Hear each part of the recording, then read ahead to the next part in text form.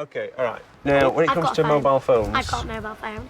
I have two. Samsung touchscreen, but it's like an LG because it's touch and you can... Everyone seems to know so much about technology these days. BlackBerry is good. iPhone. So's Apple. Why are they called fruit? Apple. iPhone BlackBerry 3G. You get What's a bad phone to get? old Nokia. They're bad. Sometimes too much. Look, this is a Nokia. What's wrong with that? That is bad. That is bad. These are cool. These are cool. My grandma has You can't, one of like, those. police- I got it. And she's getting a new phone. And it's an iPhone. She's So get- beat that as my grandma. Yeah, I think that is totally rubbish. Look, You need to get a new you phone. need a really get good a new camera. style. You need a really. How can I be so out of date? I only got this 18 months ago. What's going on with the world? When people whip themselves up into a religious frenzy over the latest must-have gadgets, I can't even see the point of. It's a shop. Come in and buy some computers. Why are they so excited? And websites are starting revolutions. Facebook and Twitter mean it won't go unseen. The world seems to have been taken over by a bunch of technology mega brands who are in everybody's pockets and living rooms, except mine. You know, I might be looking to sell it on. I'll give you 50p. That's it.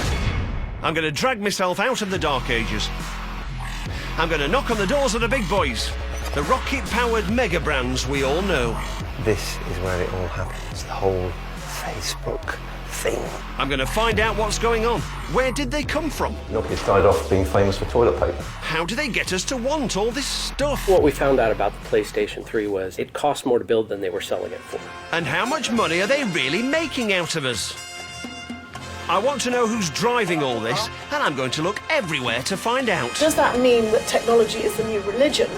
And I mean everywhere. You could say that the porn industry is the weathercock of technology. Woo! Mobile phones! Nah. Yeah. Can I stop doing it now? Please. Feels very embarrassing. What's wrong with my phone? It's a Nokia 6330 Classic with the stainless steel effect finish on the back. It's a beautiful piece of kit. And everybody tells me that my new Windows netbook isn't cool either. I should be getting an Apple MacBook. I should be getting an iPad. I should be going on Facebook. How have the brands managed to persuade so many people that these things are cool and worth hundreds of pounds more than anything else? That's cool, guys. Look at it. Look at me. Apple this, iPad that. It's got a lovely keyboard that's very easy to use, although the shift key is in a slightly unintuitive position. Xbox 360, Connect, apps. Am I missing out? What is the point of all these things? Am I on the outside? Are they having more fun than I can ever imagine? Let's find out. I'm going to start off by looking at Apple, the brand I have the most arguments about. People get so worked up about it. What is it about Apple that makes people so emotional? If Apple was a person, young, hip, a trendy East London design type with glasses similar to yours. Spoiled, kind of snobby. I think they would wear white clothing. The sort of person who might invite you to their birthday party, but when you got there, you'd be doing everything that they wanted to. If there's a cure for this, I don't want it. I don't want it. Apple seems to inspire feelings in its users which other technology brands just can't reach, especially when they're opening a new shop. These Apple Store openings are absolutely bizarre. It's like mass hysteria, like some sort of religious cult or something. I want to see what goes on at an Apple Store opening, and it seems I might be in luck. Thanks for calling Apple. Press 1. Because there are rumours all over the internet that a brand new flagship store is opening in London soon. Hi there. I'm after some information on Apple Store openings. I've heard that there might be one opening in London. But I'm told that Apple don't comment on rumours and speculation. But there are goings-on in London's Covent Garden. First of all, this curtain appears. Then half an apple pokes out. What could that mean? I've bumped into an Apple Store opening veteran who might be able to shed some light on things. So how many shop openings have you been to? roughly 30, I'd say, some around the world, most of them in the UK. But although he runs a successful Apple blog, he doesn't seem to know any more than I do. It's a common thing with Apple and their stores. They just keep this mystique about them for as long as they possibly can, And then maybe a week beforehand, they'll give you a location and a date and a time, and that's it. I'm wondering if all this secrecy is normal for technology brands. I think what's really clever is the way they play the press. So Microsoft has a folder on every journalist. They basically keep tabs on all the journalists and what they're interested in. How do you get journalists to write favourable things about you? Apple doesn't do that at all. Apple won't even talk to us. And so there's this incredible air of mystery around them. And everyone's trying to work out what's going on. There are all these rumour sites, and it's brilliant marketing because you just write anything about Apple and everyone wants to know what it is. At last, Apple announced that there will be a store opening here, but don't confirm the date until 5 days before. No cheap rate advance tickets for Apple fanatics. It's 5 to 6 on Friday evening. It opens at 10 o'clock tomorrow morning, but already there's some people sitting on the floor over there waiting to be the first in the queue for when it opens. I come from Turkey. Turkey? Yes. From Russia? I have missed 2 times in China, so I don't want to miss this one. I flew from California to stand out here all night and see what the store looks like. So you came all the way here just to queue up to go into a shop? Yes. I've been here since about 10 o'clock this morning. So that's about 24 hours before the shop actually opens? Yeah. So why was it important to you to get here so early? Normally when you see the first person in line, it's normally a guy, and so I kind of wanted to be one of the first girls who's first in line. Do you work here then, or what? I do, yes. I have the pleasure of working here. So what's going to happen at 10 o'clock tomorrow morning then? An immense amount of pandemonium and energy. It's going to be amazing. Is it like, grand opening? Sorry guys, just 1 second. I was just chatting to him, asking him what's going to happen tomorrow, when somebody came up to him, took him to one side, whispered in his ear, and then he disappeared completely. So I'm thinking they want to keep everything on message. They're very suspicious of anybody asking questions. Maybe these are the enforcers of the party line.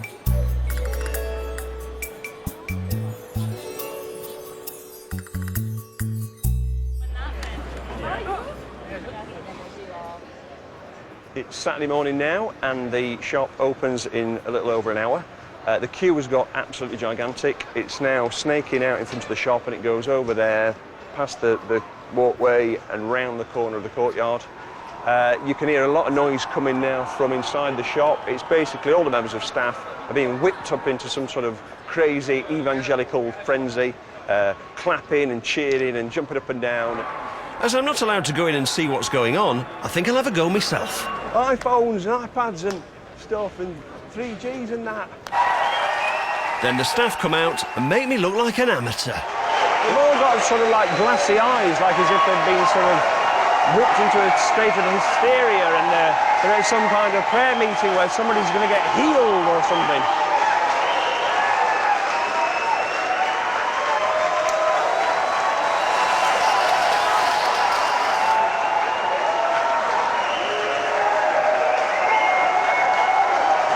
Finally, they're ready to open the doors. Unfortunately, my friend who's first in the queue is a little overexcited and runs in before the countdown. Undeterred, the Apple preachers count down anyway.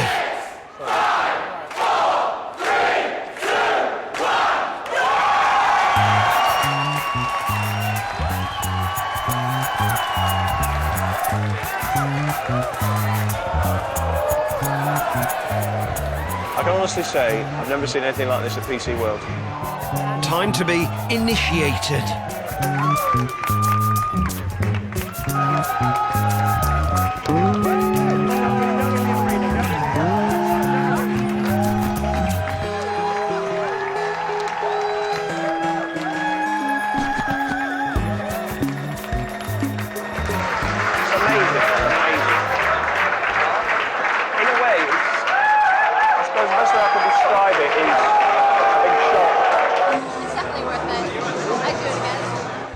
What's going on here? Sure, Apple make computers, phones and MP3 players that people really like, but this devotion to the brand, it goes beyond anything I've ever seen.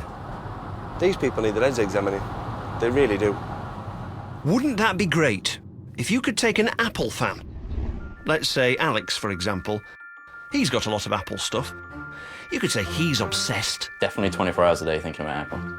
You could put him in a head-examining machine, which would look inside his brain while he was thinking of Apple and see what's going on.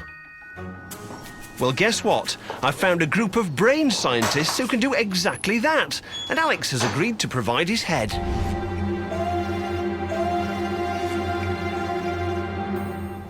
This fancy bit of kit is an MRI scanner. Basically, there's a massive electromagnet in there, and if I was holding some metal things, it would fly through the air and smash someone's face off.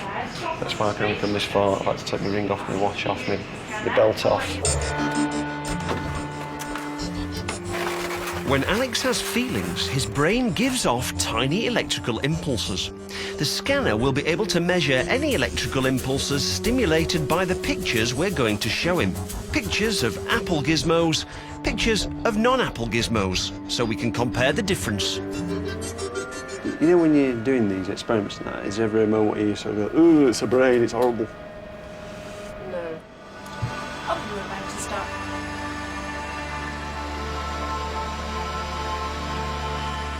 The Neurosense group have analysed hundreds of people's responses to all kinds of different things. Hopefully, they can give me a clue as to what kind of feelings Alex is having. So is Alex quite a fan of Apple then? Yes, he is, definitely. Well, it's kind of interesting because we see quite a amount of changes in the brain when he's actually looking at Apple products, which are quite fascinating. Let me show you something here. So there's much more activity in the visual cortex, an enhanced sort of visual attention, if you like, to the Apple products. So what he's looking more intently at that, he's like, his eyes are sort of drinking it all in. Well, that's right. We often see this when people are very loyal to a brand. Not much surprise so far, but Neurosense have done this kind of comparison on different groups of people. One group was very religious. When we've also then looked at a different group of subjects, looking at religious versus non-religious images, we can see a very similar pattern of activity.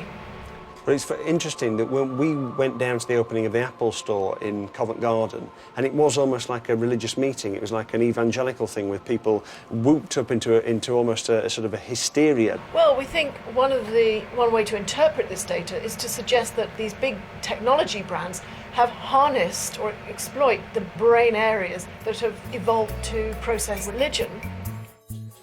So the brain scan shows that the Apple products are triggering the same bits of Alex's brain as religious imagery triggers in a person of faith. And I'm not the first to see a parallel. But the thing is, if you think that tablet... What's what you got there? This is The Economist. This is a cover article I did earlier in the year. The Book of Jobs. Yes, the book of the holy iPad was announced that week, and so this was our take on it. How does a brand become a religion? The Bishop of Buckingham reads his Bible on an iPad. This is a standard Hebrew text of the Book of Judges. He's offered to tell me how Apple has been sanctified. I think there are various ways that a religion, if you like, works in human terms. You need a story, don't you? Appleism, Chapter 1, The Story. In 1976, Steve Jobs and two other California geeks started a computer company for enthusiasts in their garage. They called it Apple. It was boom time for personal computers, and within 6 years, they were multi-millionaires. Huge multinational corporation like Apple could not be further from two kids building a thing in a garage, but you need a strand of the DNA that feels like that to people. Appleism Chapter 2, The Antichrist. Apple's main competition was the giant corporation IBM, who teamed up with Bill Gates' Microsoft to make computers into boring business machines. Meanwhile, Apple invented things like icons and mice to liberate us. We shall prevail. As they showed us in this legendary advert. You'll see why 1984 won't be like 1984. In the Bible, you have these great stories of dragons and, 13-headed beasts and things. With Apple, you've got IBM, haven't you? And the great sort of apocalyptic battle against the sort of anti-sort of figure. Appleism, Chapter 3, the place of worship. Even I noticed that the Apple stores look like churches with their stone floors and arches and little altars. They are extraordinary temples. I go up the glass staircase, which has this extraordinary different texture of light coming through it. Appleism, Chapter 4, The Messiah. In 1985, an evil traitor within Apple fired Steve Jobs from his own company. Without him, they were lost. Within a few years, they were in dire straits. It's sitting on $2 billion worth of unsold computers. So they repented and begged Steve to return. He then created the iMac, the first of a series of hit products which propelled Apple back to the top, overtaking Microsoft in value last year. I think that everything that Steve Jobs has ever done has been for the benefit of everyone. The new wide iPod. And yes, it does videos. When Steve Jobs talks, people listen to him because he's telling us this is what you're really going to want to do. Christianity, you have to wait for the second coming. You know, with Apple, it happened in 1997 or whatever. What's going on? Hello. This is an iPhone 4. I haven't bought it myself. It's very expensive. I've borrowed it. I want to see if any of these things are worth the money. There you go. That's it. It's quite nice, quite glossy. And you know, Apple seem to be very, very clever at marketing, very, very clever at design, and by combining these things, they've managed to sort of tap into a part of our brain which creates this kind of religious style hysteria. But there are other mega brands we all still use. My netbook has got Microsoft Windows on it. How come Microsoft are so big? They don't have to rely on making people believe that it's some sort of like religious experience buying one of their computers. So what are their secrets? If Microsoft were a person, they'd be old. They would work at Tesco. Constantly making mistakes, maybe tripping up a lot. I could see them coming with one look this week and then another look next week. Someone who has been divorced recently, someone who was kind of settled and dull and in their nook, and then they've been thrust out into the world and have to try and pretend to be young again. 93% of the world's computers run on Microsoft Windows software, and last year they made a video to launch the latest version, which has now reached cult status.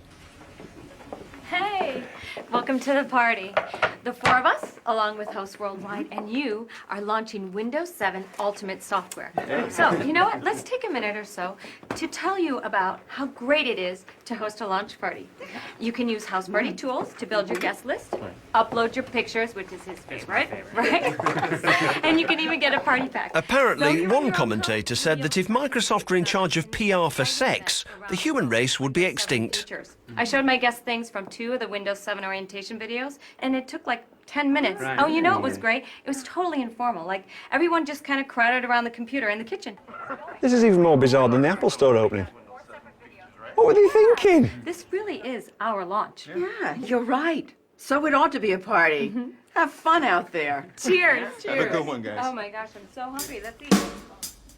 How come a company this uncool could be on all of our computers and making so much money? In stark contrast to Apple, Microsoft have agreed to talk to me. So I'm heading across the pond to their headquarters outside Seattle. This is what I know so far. When businesses started using computers in the early 80s, they turned to the massive corporate IBM to supply them. IBM could make the computers, but they didn't understand this newfangled software stuff. So they turned to a bunch of college dropout super geeks called Microsoft, the world's first software company, headed by little Bill Gates. Unfortunately, being a bit new to all this, IBM let Microsoft keep most of the rights to the software they'd written. No. With hindsight, you wonder, why would IBM, that huge, great corporation, $50 billion corporation, why would they strike such a stupid deal with this kid? And they did. And they went, oops, what have we done now?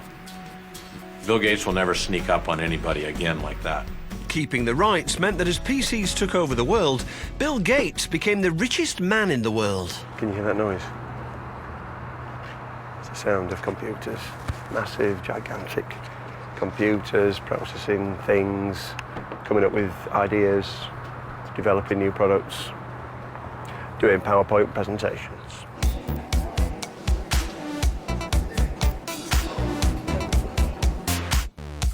My tour of the 350-acre headquarters begins immediately, and they're very keen to show me everything. I've already found out where a chunk of that massive profit goes.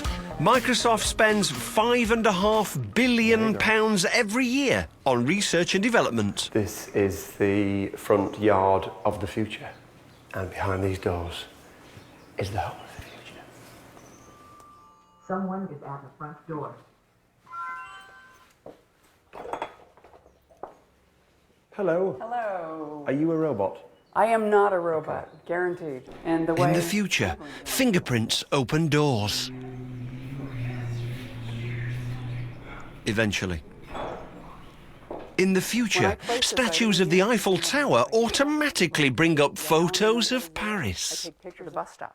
In the future, you can pause documentaries like this one to buy Know things. that this is a Contoso backpack. And so imagine an advertiser might be able to plug their gear in here. This room to become. In the future, and wallpaper so if I actually moves. walk in and I point to the wall here, we will bring up a menu of different. They've got a few years to get it working. Grace, show It me is the the menu. future, after all. Well worth £5 billion, if you ask me. Okay, let's move on. There's a hint of desperation here, and I think I might know why. Microsoft grew so big because of the stranglehold they had on any software for the PC. But since the 90s, they've been prosecuted 3 times for running an illegal monopoly. One of the things that happened in the Microsoft trial, which really didn't help them, was the video testimony given by Bill Gates. And he really ought to have had a bit of media coaching there, I think. Would you agree that Microsoft is the world's most respected computer software company? Some people would agree with that, some people wouldn't. What's your opinion? I think we are the most, if you took it on a statistical basis, yes, we'd be the most respected software company. I must say that I think your answers are non-responsive and rambling. And that sort of dealt a very severe blow to the sort of we are the geeks, we are the cleverest culture that the company had. And since then it has tried to reinvent itself in various ways. 10 years later, Bill Gates has retired from Microsoft to become the world's biggest charity donor. And as more and more of us are doing our computing online, the days of running Windows on PCs could be numbered. So Microsoft are using their dwindling but still massive income to try and invent other things we're all going to want. But it's not been going well. In the smartphone wars, Microsoft has been left trailing in recent years. So imagine my surprise when I found an excited queue for a Microsoft product. This is a queue of Microsoft employees going into the staff shop. They've had an email to say that a new batch have come in. They've all come from their offices and started queuing. How long have you been queuing for? About an hour. An hour? The person responsible for this gadget is in the building. Time to meet with Microsoft's cool alter ego, the hopeful saviour of their nerdy image. Hello. You're Alex. I am Alex. Oh, You're I'm Alex. Alex as well, yes. I love Hello. your name. Yeah, it's good. We're isn't going to it? be good friends. Okay. Yeah.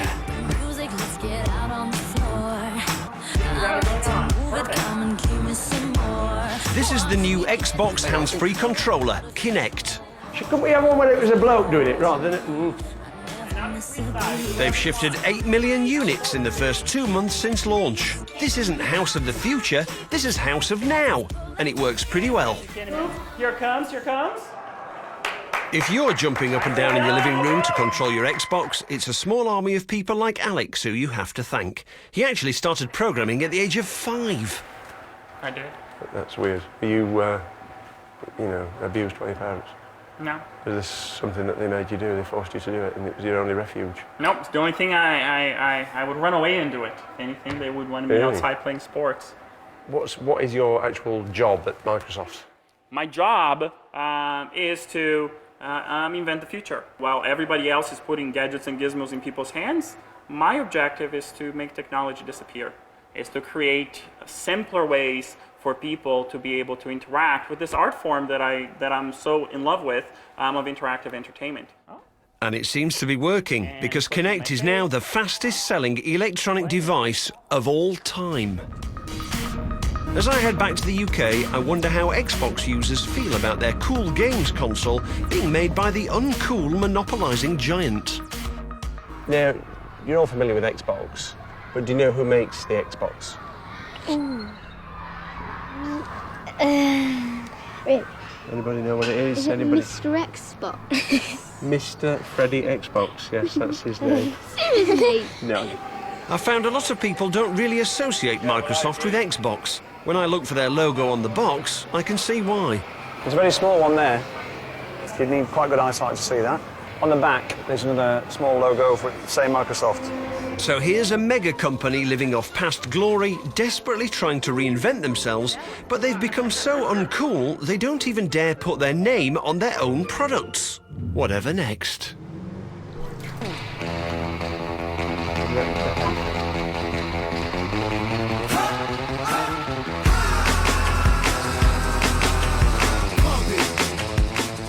Now, a games console is a bit of technology I can relate to, and it's big business. There are over 40 million PlayStation 3s, over 50 million Xbox 360s, and over 80 million Wiis. So I've assembled a crack team to help me decide what the big questions are. Did I just get killed? Vincent is something of a kindred spirit, as he's almost as stingy as I am. He's just got a very good deal on a second-hand games console. So why did you buy it second-hand? Because I wasn't going to buy it brand new at all. I'm not spending that sort of money on a computer console. We keep coming back to the subject of price. So how much peas do they make a year then? Like, How much peas? Yeah, like Profits? How much? Well, I don't know. That's a very good question. How much do you think it costs to make a PlayStation 3? About £70? Yeah, I don't think it costs more than £100. So how much profit are they making? The PlayStation 3 is the most expensive console. It's at least £240. How much is Sony getting? If Sony are a person, I think it'd be kind of middle class. They're the same as 100 other anonymous bank workers. They'd have a BMW. A reliable elder statesman. When Sony started life just after the Second World War in Tokyo, their first product was an electric rice cooker.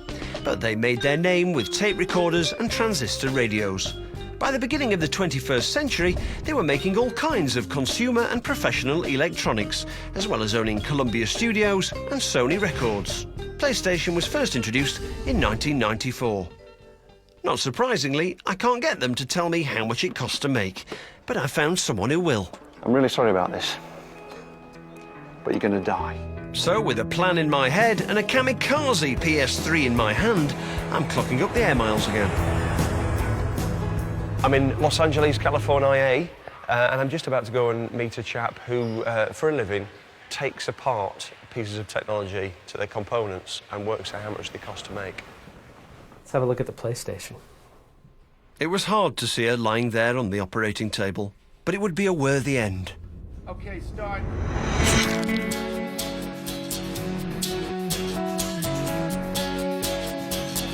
My PlayStation has been completely stripped to its fundamentals, so that every chip, plate, diode, fan or screw can be added up and complete manufacturing costs calculated.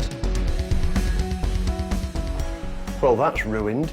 I mean, look at the state of it. This is ruined. So what did you find out about it? Well, what we found out about the PlayStation 3 was, in fact, that it cost more to build than they were selling it for. That wasn't what I was expecting to hear. One would expect that if you're building something, you're going to sell it for more than you built. A profit, in effect. Exactly. And by the way, we looked at it several times because we were in disbelief. We thought, this surely is not possible. Let's go back, let's sharpen our pencils, let's make sure we've done our research correctly, our calculations correctly. And sure enough, here was one where there was a significant number of dollars that they were basically wrapping around each PlayStation and shipping it out the door with it. Woohoo! There's over 4,000 individual bits, and iSupply have worked out the cost of every single piece. They estimate that the cost of all these pieces put together is $805. Now, when this was sold in the shops when it first came out in 2006, the price was $499. Now, since it was launched, they've been trying to make it cheaper to make, but they're still losing $37 on each machine. Now, they've sold 41 million PlayStation 3s, and if you work out all the losses they've made, it comes up at $3 billion losses on 41 million consoles. How on earth can they make that pay? This Blu-ray drive alone accounted for $107 of cost. And actually, you don't need a Blu-ray player to play games. Blu-ray is just the high-definition version of DVD. It shouldn't make much difference to gaming, except add a chunk of change to the price. So what's it doing in a PS3? More research connected the PS3 to an old story about Sony, a bloody battle which left them bruised and humiliated. The real video war isn't fought against invaders from outer space. It's battled out on the high streets of Britain. At stake, a multi-million-pound industry. The weapons? Well, it's all a matter of format. Once upon a time, when home video was new, there were two totally incompatible formats.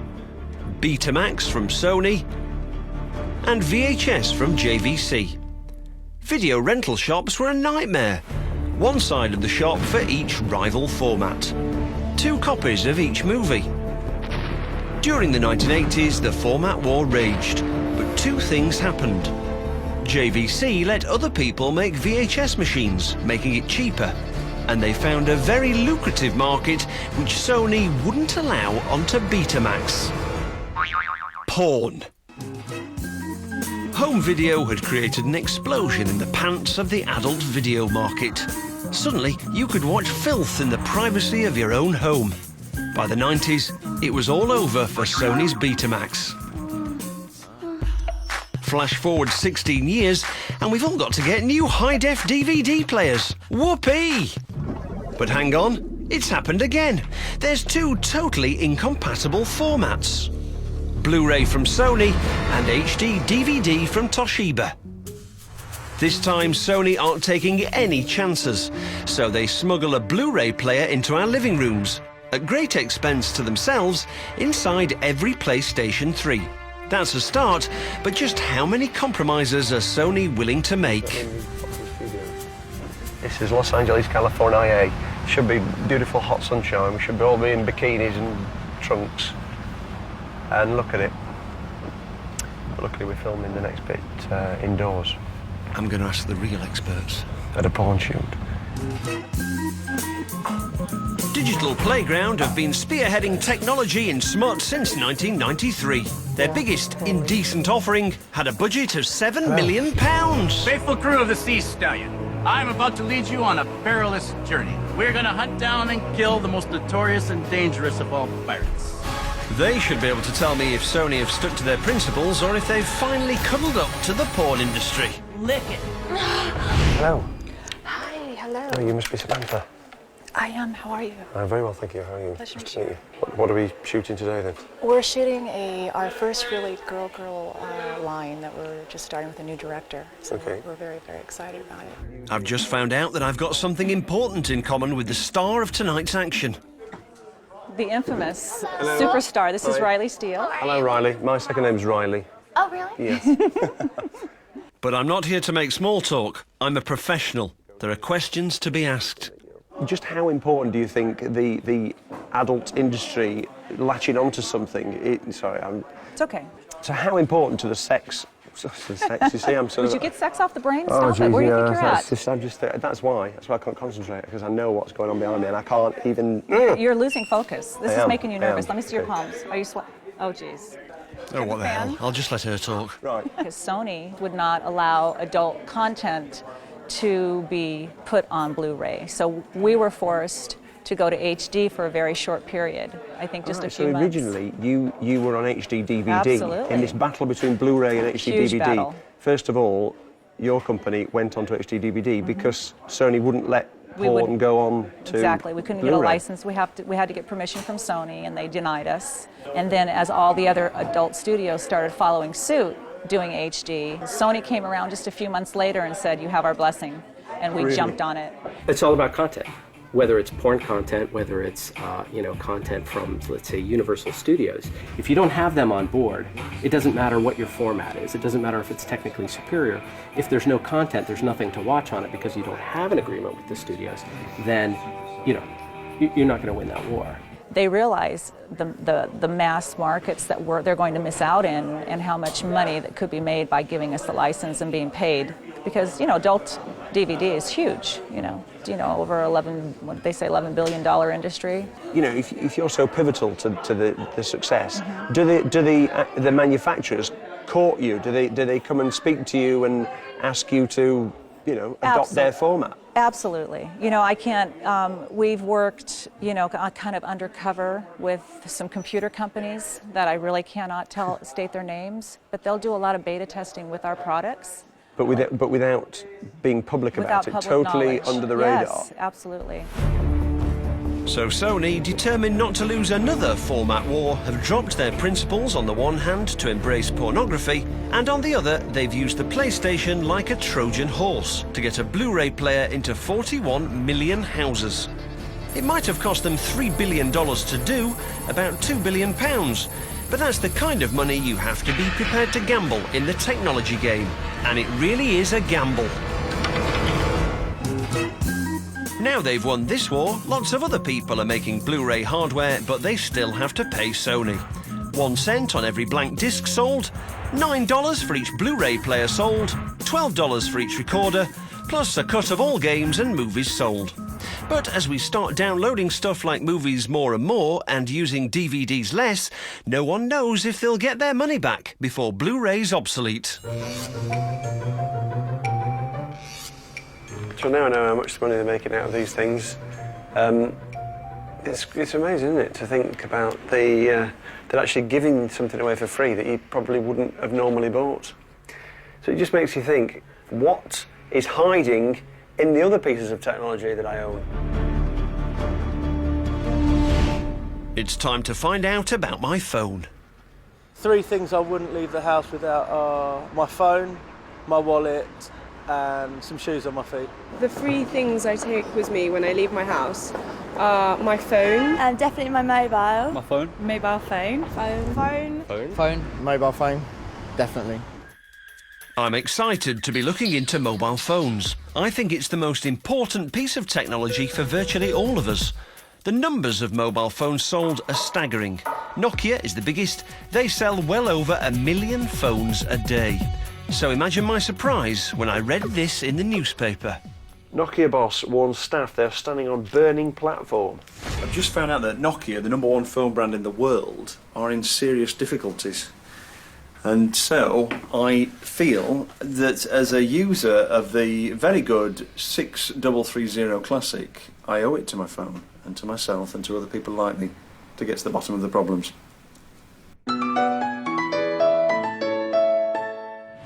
Nokia as a person, probably be quite old, like 90 or something. Just doesn't have the best of stuff. It used to be cool when I was 14. So I guess it's kind of like Eminem. Back in 1865, Nokia weren't making mobile phones. They started life making rubber shoes and toilet paper. By the late 60s, they'd diversified from bog roll into electrics. Why not? And then this little thing came along. The new system goes under the rather prosaic name of cellular radio. What it provides is this: a phone you can take anywhere. One study suggests that between 3 and 4 million of us in Britain will have these phones by the end of the century. But it wasn't 3 or 4 million, it was 30 million, and rocketing.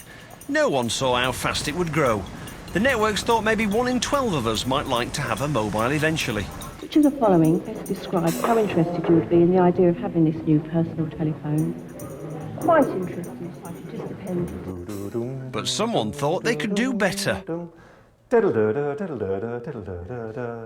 So they started churning out phones for every type of person. 5110, which was the first phone with user exchangeable covers. 7650, which was our first camera phone. 5140, which is an example of the robust phone. The 3110, 5800, 8800. As the number of mobile phones exploded around the world, Nokia held the #1 spot. So how can a company which sells over 1 million phones a day be in trouble? I'm heading for Nokia's biggest factory to see what I can learn. This is an example of just how fast the pace of change is. We're about 10 minutes away from the biggest mobile phone factory in India, the second biggest mobile phone factory in the entire world, and this is just, you couldn't be more rural, could you?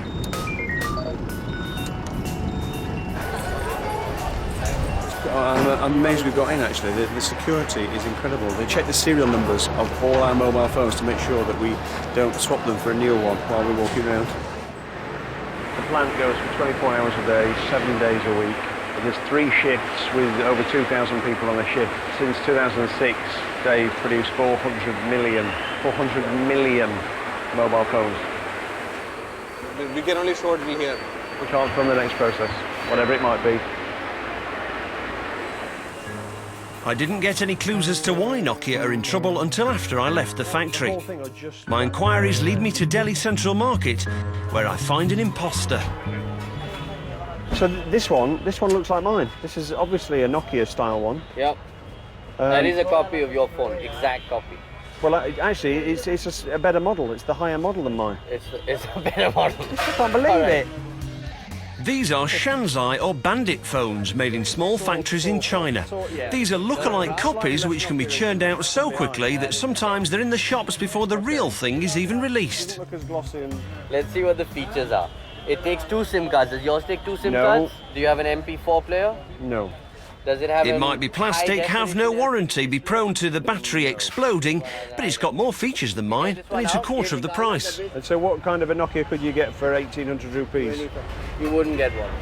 Really? Yeah. But all the brands are here. What would you have? The official BlackBerry or 5 BlackBerry style phones for the same price? So why is Nokia the one in such trouble? I remembered what a 10-year-old girl had once told me. My grandma has one of those. I should get a new phone, and it's an iPhone, and it's an iPhone. Beat that as my grandma. It's an iPhone. The cause of Nokia's problems is right under my nose. And ever since the iPhone came out in 2007, that really revolutionized kind of the way we look at phones. The iPhone isn't necessarily the best phone ever, but what it is a computer in your pocket. Now you're not just connected to people, you're connected to everything, including loads of apps. Do you want to check snow conditions on the mountain? In fact, the iPhone ad didn't even mention making phone calls. It went big on telling us all about the apps. There's an app for that. What really made the iPhone a big success wasn't just that the hardware was very elegant and easy to use. It was this app store which had come along and revolutionized the way you looked at a cell phone. Because now you had this ability for $1, $2, $3 or free to run games, any number of things. All these apps are brilliant fun for the user and an absolute cash cow for Apple. Because every time you buy an app, Apple takes 30%. Plus they get money from any advertising on the apps. The iPhone, it's the gift that keeps giving. To Apple, that is. It's no longer about spending $300 on the equipment once and then it's done. So that's why Nokia are in trouble. They've been left behind in the smartphone revolution. But I've still got some unanswered questions. This is the most popular app on the iPhone, Facebook. Yeah, it's free, and there isn't even any advertising on it. So if they're giving it away for nothing, how come the brand is worth £30 billion? What's their secret? I've been avoiding this for years. Oh well. As you know, I think Facebook is a waste of time. It's just a stupid thing for people who've got, nothing better to do. However, I know you're on it, and so I would like to set up my own page just to see what it's like. What is it, facebook.com or something? Yeah, it should come up. Oh, it's one of your favourites. It's actually gone onto my profile. So. Currently hates DHL more than anything in the world. It's like Facebook as a person, mine. They'll probably be getting bought the drinks. If it's someone that everyone you know knows, so you have to associate with them, but really left to yourself, you would probably not hang out with them. secondary school, university, employer. What's all this? This is really, you know, why do they need to know about that? So you can find your friends. Philosophy. Religion. Religion. You see, the idea of putting all this personal information in, it just makes me feel really nervous. As I'm uploading my profile, I can see little ads on the right-hand side. Surely they're not enough to bring in this vast amount of dosh. No, it shouldn't be. There's only one thing for it. I'm going to have to hit the road and go and ask them how come they're so rich. Here's what I know so far. In 2003, Mark Zuckerberg was a student at Harvard University. One drunken evening, he created an application called FaceMash by hacking into the university database. Originally, he wanted to compare students' ID photos to farm animals. Other students could vote on who was hotter. He soon dropped the animals and compared one student to another. Although humiliating and elitist, it was a smash hit. So, after fighting off various lawsuits brought against him for security breaches and plagiarism, Zuckerberg released Facebook.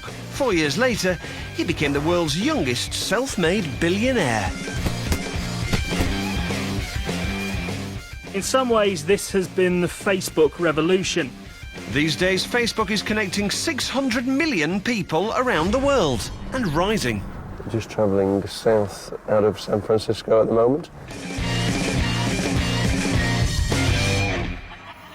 So this is it, Facebook headquarters. Looks a bit like some sort of college campus somewhere in the leafy boondocks.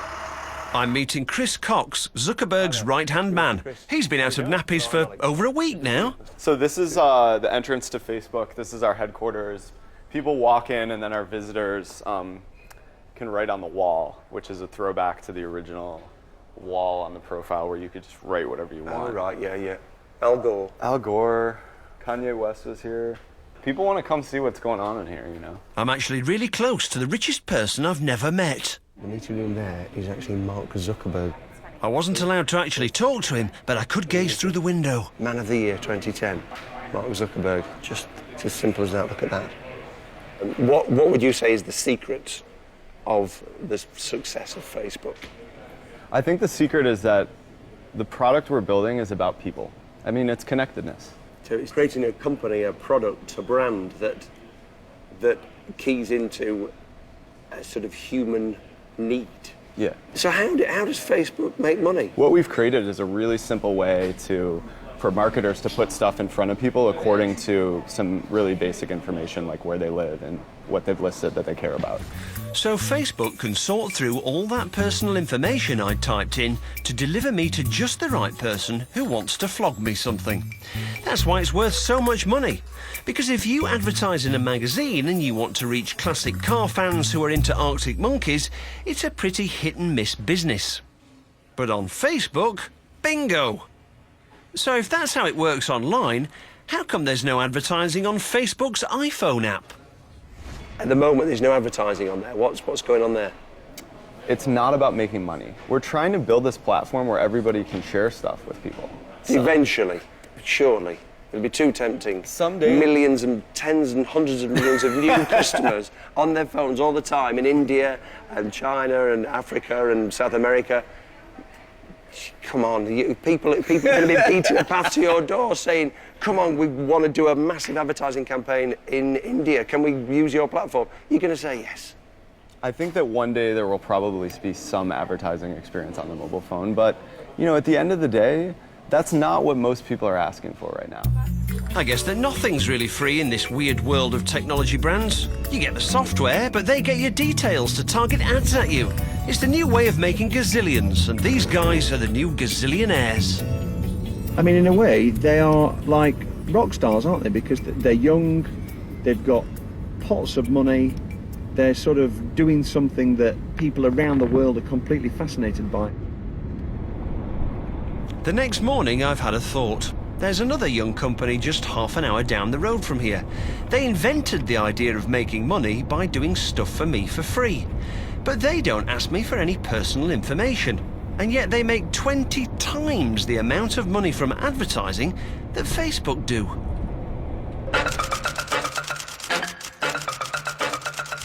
Young, like 20. He would own a Ferrari.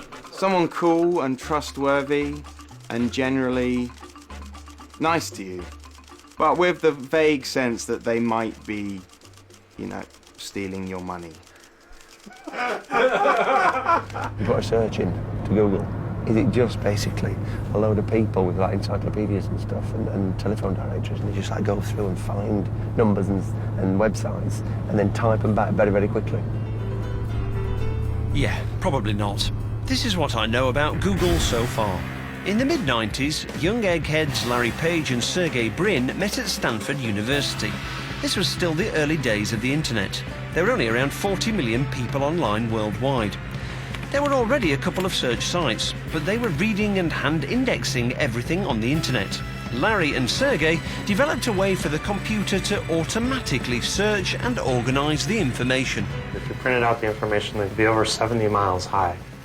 And we can search that for you in half a second and give you, back exactly what you wanted. The only problem was they hadn't figured out how to make any money out of it. We were always confident that we would find a way to make money, even though we didn't know exactly what it was. In 12 years, Google has become the most visited website on Earth.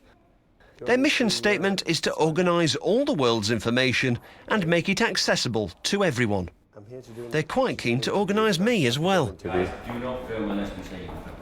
This is one of the...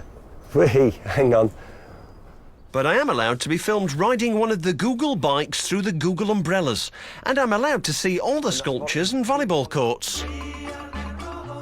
I'm due to interview Google's First Lady, Marissa Mayer, one of Fortune's 50 most powerful women in the world. I want to ask how they can make such vast sums, but 10 minutes before the interview, she drops out due to illness. None of the other 20,000 employees of Google are available to give me any juicy secrets, so the PR guy volunteers himself. Are you a Googler? I am a Googler, yes. And new people are nooglers. New people are nooglers. Nooglers. With an M. What about if you've left the company? Then you're ex-Googler. But I don't really think this is the secret of Google's wealth. So I'm heading home. I use Google's Chrome browser to Google the airport, print out a map from Google Maps, and then I Google Google UK. I check out the managing director on Google's YouTube, write some notes about him on Google Docs.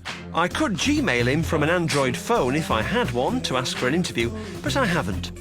So I use the Nokia to call, and all the time I'm thinking, Google are everywhere.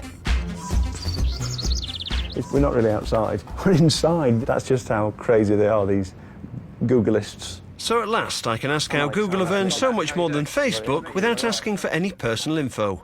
So when you search for something on Google, you'll sometimes see on some of the results pages ads. Yeah. And we make money when advertisers get clicked on when they're advertising to a user. The amounts that they pay for each click-through are, what kind of amounts are we talking? It's usually pennies, but we have billions of searches across the world every day. So those pennies mount up over time as we reach lots of businesses. So what information do you need about me when I'm doing that search? Sometimes I think people believe that Google and companies like us need tons of information about you personally, and that's actually not the case at all. When you type plumber in Birmingham, we know that somebody typed plumber in Birmingham, we know what time they typed it, and we know roughly where that person is. So that's all we know, and we know also what was clicked on at the end of that search result. But they are storing that search along with all the world's Google searches and analysing it, and not just searches, information from all those other websites they own. The big Google boss has said, "This information could be used to minutely analyze and predict human behavior." How powerful does this make them? I know just who to ask. A bloke down the pub. My own view, my analysis of Google is it's an adolescent. We've yet to see the giant emerge from Google. So what makes Google so powerful? Well, Google has a natural, well, almost monopoly over the channels between people and the internet and all of the commercial organizations and government organizations that use the internet. So it's the doorway, it's the portal into these vast information resources. Now Google controls that. And the person, the organization that controls that doorway controls everything. It seems to me that I've finally found the secret of the technology superbrand. It's all about controlling the doorway. Google controls my doorway to the internet, so they can analyse what I search for and how I react to what comes back. What is in our heads has incredible commercial value. You can imagine, we know what 1 billion people are thinking. Sony's doorway is the PlayStation. Games, movies, music, everything which goes in or out means ka-ching for Sony. That's why they can afford to sell it for less than it cost them to make it.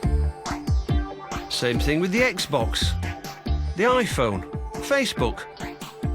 Nokia are in trouble because they're mostly making gizmos, and that's not where the smart money is. But Google dwarfs the others. I can see why their phone platform, Android, is so important to them. You need to be able to know not just what people are looking for, but where they are, what their movements are, where they're visiting, what their interrelationships and associations are. The only way you can do that is by having a phone platform. So Google can bring all of that together with other sources to create a sort of unprecedented snapshot of you as an individual as you go about your daily business, where you go, depending on what services you've switched on. I've got to admit that this iPhone is an amazing piece of kit, and Facebook and Google and the rest of it, but now I know that they're more than just phones and games consoles, social networks and search engines. They're little electronic shops connecting me not just to my friends and family, but to anyone who wants to sell me things. I'll be sticking to the 6303 Classic. After all, it's a classic. Well, at least until my next upgrade. Next time, I'll be swapping my jumpers for the fashion mega brands. I want to know how they get us to fork out so much money. It's about £100 to hire this one. Hire it? Yeah. How do they get us to pay extra for knackered jeans? So I'll dive into the frenzy of fashion, from Adidas to Abercrombie & Fitch. I'll attend the A-list events to ask why we wear the fashion super brands. So basically, we're doing it to get a shag. Yeah.